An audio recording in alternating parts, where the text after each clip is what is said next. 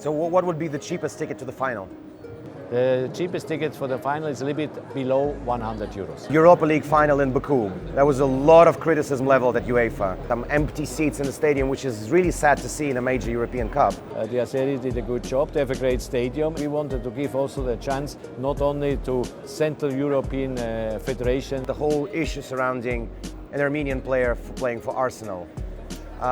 Do you think that was something that UEFA should have foreseen in the first place? The security was guaranteed by Azerbaijan, so no issue not to play there.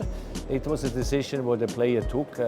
We had to respect that. There are too many corporate allocations. FC Liverpool is one of the clubs which has so many fans around the world, and in Liverpool we could have a stadium of 300,000 and give 300,000 tickets to Liverpool, and there were still unhappy fans.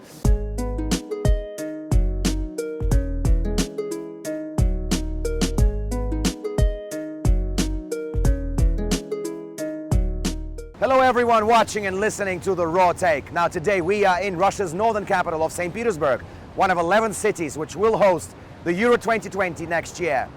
Obviously Euros are hosted by UEFA, the organization which has been in the spotlight recently and not always for the good reasons. So here in St. Petersburg I have a unique chance to talk to one of the high-ranking officials at UEFA. Come on.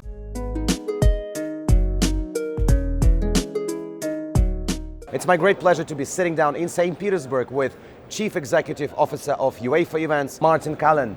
Thank you so much for joining us here in St. Petersburg. You're welcome. Welcome. Thank you. How did UEFA come to this decision to spread the Jubilee, the anniversary tournament across the whole continent? It's not an easy decision to make, isn't it? No, it's not an easy decision to make. It was because of the Jubilee. It was at this stage, Michel Platini was our president and said, for the Jubilee we need to do something special. And he had always in mind to go to several countries, also to give smaller federation a chance to build up a new stadium. So with that, this idea came together. But how did you select the cities, the particular cities for this kind of tournament? The 55 members where we have, the federation had the chance to bid for Euro 2020. So there came around 16 which were interested to stage it, and then 12 out of it got it. So from Russia it was only St. Petersburg which put the bid in? Yes. Because I had a feeling there would be some competition between Moscow, let's say, or Nizhny Novgorod and St. Petersburg. No, this was already before done by the federation, the Russian Football Federation. So they brought forward St. Petersburg. But I reckon the last year's World Cup, and particularly St. Petersburg, if we're talking about this, is sort of a good background for UEFA next year, isn't it? Because everything is in place. Oh yes, no, I think last year's World Cup and St. Petersburg performance was excellent. So for us to have here 4 games for Euro 2020 is a real pleasure. Fantastic city. In June, July is the best month in St. Petersburg, where you have more or less 24 hours blue sky. And 31 degrees centigrade temperature? Not always. I think at the moment it's some exceptional thing. No, we are very happy to come to St. Petersburg. Tell me something. It's not one country or 2 countries anymore. Let's say the Dutch team or the French team or the Italian team play in Copenhagen. Then they have to play in Baku. And then they have to play in, let's say, Rome. Logistically, would that be realistic for the fans of those teams? Yeah, we have looked at that as well. So we paired, in principle, always 2 teams which have, say, a city where Euro is played.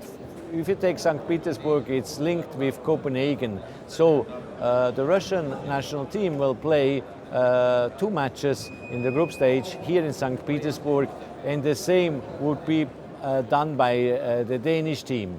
And the other 2 teams will travel between Copenhagen and St. Petersburg. So logistically, it's easier for the teams and fans. They're only visiting between 2 countries. So who's going to play in Baku then? In Baku is Italy. They are paired with Rome. It looks like that the Italians will qualify. at the moment what they are playing in the qualifiers, and the Azeri may have more difficulties to qualify. If the Azeris would not qualify, then the Italian FA or the Italian team will play 3 matches in Rome. So I still hope that Azeri will use their home advantage in, even now to get in the qualification. Would be a real surprise if they make it, but I'm for that they will make it. Would be a great achievement. Now, Mr. Kallen, I understand that logistically it's so feasible, especially with pairing the 2 cities. I think it's a good idea.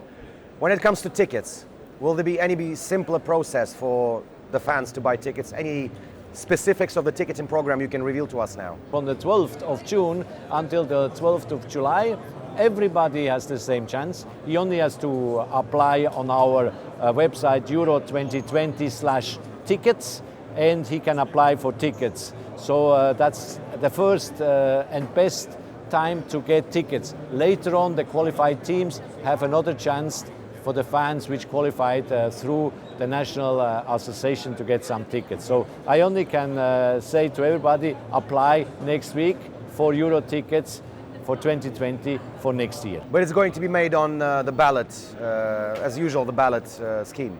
Yeah, the ballot scheme is if a match is overscribed, then we do the ballots. And we are sure that in most of the games we will be overscribed, and then the ballot will be done somewhere this August for the first part of the tickets, which is around 42% of the capacity, which is on sale in this first phase. Mm-hmm. The most probably important question for any fan out there of any team, the prices.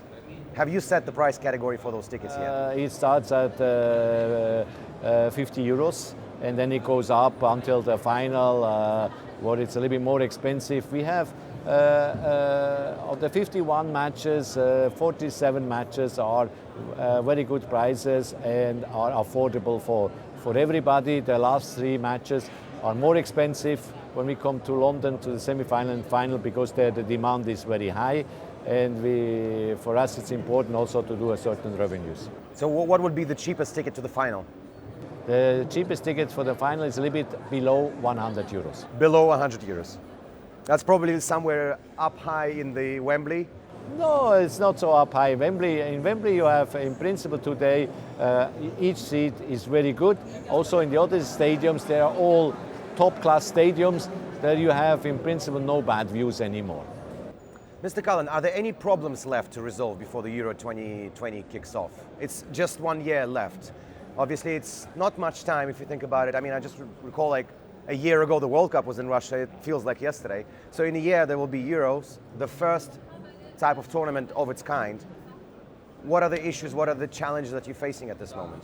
I think, 1 year is not a lot, as you said. Every day there are some challenges coming up, but the major challenges, I think, we have all overcome. So on that side, I'm quite confident, but I know from the past experience that every day there is another subject on the table to be solved. But as it stands today, we are confident that on the 12th of June next year, we are in top shape in the 12 countries.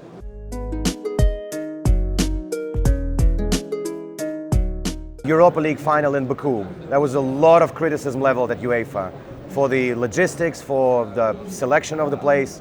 I really want to hear from UEFA's perspective to all the people criticizing the organization for putting it so far from England. I mean, nobody knew that 2 English teams would be made in the final. But what can you respond to this kind of criticism in terms of a lot of fans angered, some empty seats in the stadium, which is really sad to see in a major European Cup? It's first of all, our president already answered this question once. It was not foreseen that 2 clubs from the same city will qualify for this final. This is consistency that this happened. Secondly, from UEFA perspective, we have chosen Baku some years ago for UEFA Europa League Final to organize. They did a good job. The Azeris did a good job. They have a great stadium. It's one of the members of UEFA. It's in the four corners of Europe, so it's more difficult to get there, especially if you come from far away. We had to take that as well into consideration, but we wanted to give also the chance not only to Central European federations and cities to organize such final. Then for Euro, Baku will be a great destination, and out of that we will now see, when we know also the finalists in December, how to coordinate travels for them. Mm-hmm. One of the weirdest things that I've witnessed in terms of the Europa League Final is the whole issue surrounding an Armenian player playing for Arsenal. Do you think that was something that UEFA should have foreseen in the first place? Or is it just a 1 in a million chance that this would happen? It created a political stir with an interior ministry of Azerbaijan saying, we will provide all the security for him, come over, but he says, no, I'm not going to come over. Do you think it was really negative in terms of the image of the game? Nobody could think, okay, that directly Arsenal will qualify for the final. For us, the security was guaranteed by Azerbaijan, so no issue not to play there. It was a decision what the player took. We had to respect that. We are a neutral organization on the political side. The Azeri gave the guarantees, and so from that side we accepted that he didn't wanted to play there for his personal reason, but from organizational point he could. Champions League final, I was there, amazing atmosphere, a lot of concerns before the game. 2 English teams in Madrid, Spanish police, literally nothing happened. It was great final, great atmosphere and all that. But the story I've heard ever so often in Madrid was the story of fans not being able to get tickets. I know half of the stadium was allocated to the clubs. They had their own ballots. Obviously Spurs fans were more lucky because there are obviously fewer Spurs fans out there than Liverpool fans. When we have 5 million people applying for tickets and there's only 16,000 of them. But the main concern of the fans on the ground, both colors, white and red, was there are too many corporate allocations. Do you think this may change in the future at some point? I'm not sure, because on the corporate side there is approximately 12% of the stadium capacity goes to corporate side, is corporate hospitality, sponsors, etc., and also football officials.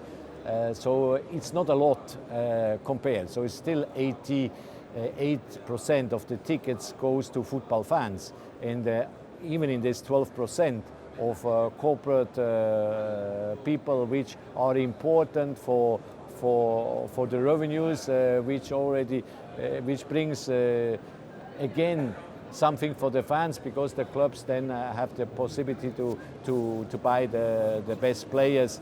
So also these 12% are football fans, and none of them is really going there because there's a tie.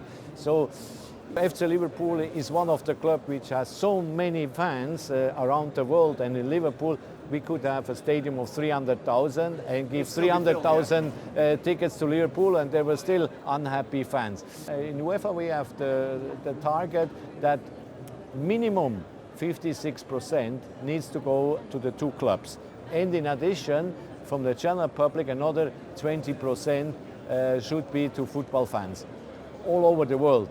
If you are a Liverpool fan and you are in Liverpool, you still feel not rightly taken. We understand that, but what can we do? We have a full season where we have several matches where you can go to the match, and then at the end, if you take the FC Liverpool Stadium, we have 46,000 supporters can have access to the stadium.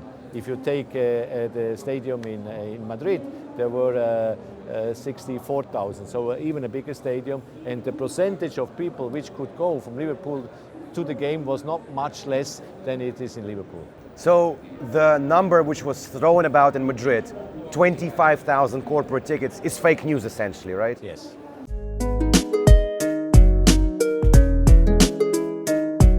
Another sort of semi-issue surrounding almost every game, especially big game, is touting.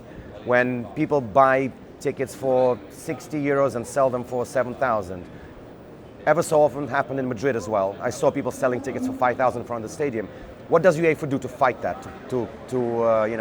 It's not an easy issue today because with the modern technology you have and the possibility to go for tickets, for example, in the general public sales, we have today a lot of so-called robo which are trying to get tickets. We are finding that with technology and also with scanning of the people who bought the tickets. In addition, we are looking that the law in the host country is in place that we can go against black market sales.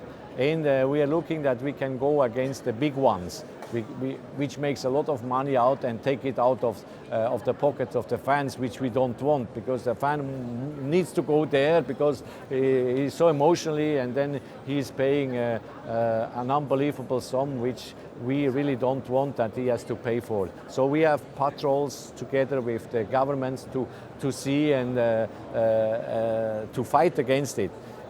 100% we are not in control of it, and there are always guys getting the chance to make some money out of it, and we are in the future even more looking at that, how we can technically and also legally prevent such sales.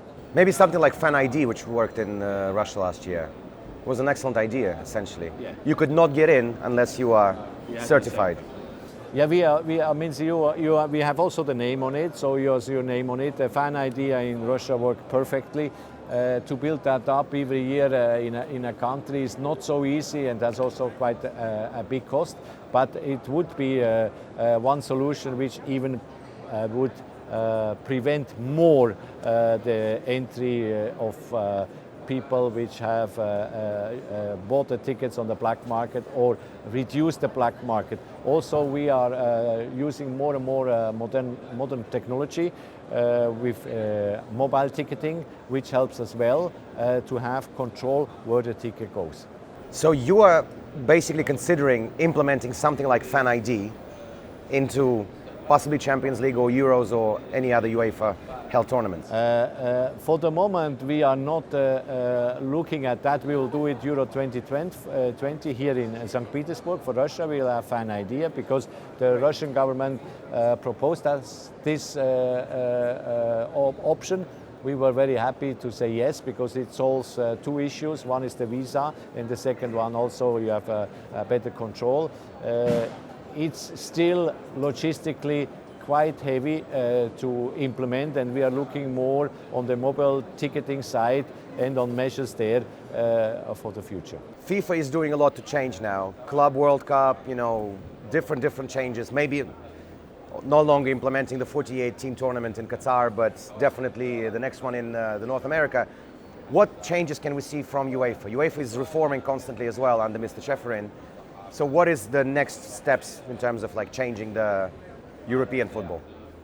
As you can read in the newspaper, at the moment there are two big subjects. One is how looks the club football after 24, and how look also the football calendar after 24. So there's the two main subjects which at the moment is UEFA is having with all stakeholders at the moment discussion and meeting and wants to see what needs to be adapted or changed. We have to say that we have fantastic tournaments as the UEFA Champions League, the UEFA Europa League. There will be a new competition coming in 21 for the third competition in club football. We have the Euro, we have the qualifier. We had introduced the UEFA Nations League the first time, which was a big success for all our federations and UEFA. So we are in good shape. Also in the youth football, we are looking constantly what needs to be adapted. So we will see what will bring after 24. We think our competitions today are in great shape, and we want to do it in a way that is even more successful in the future, but not changing for changing. Mr. Kallen, thank you so much for your time. Thank you for responses on my very tough questions. I appreciate it.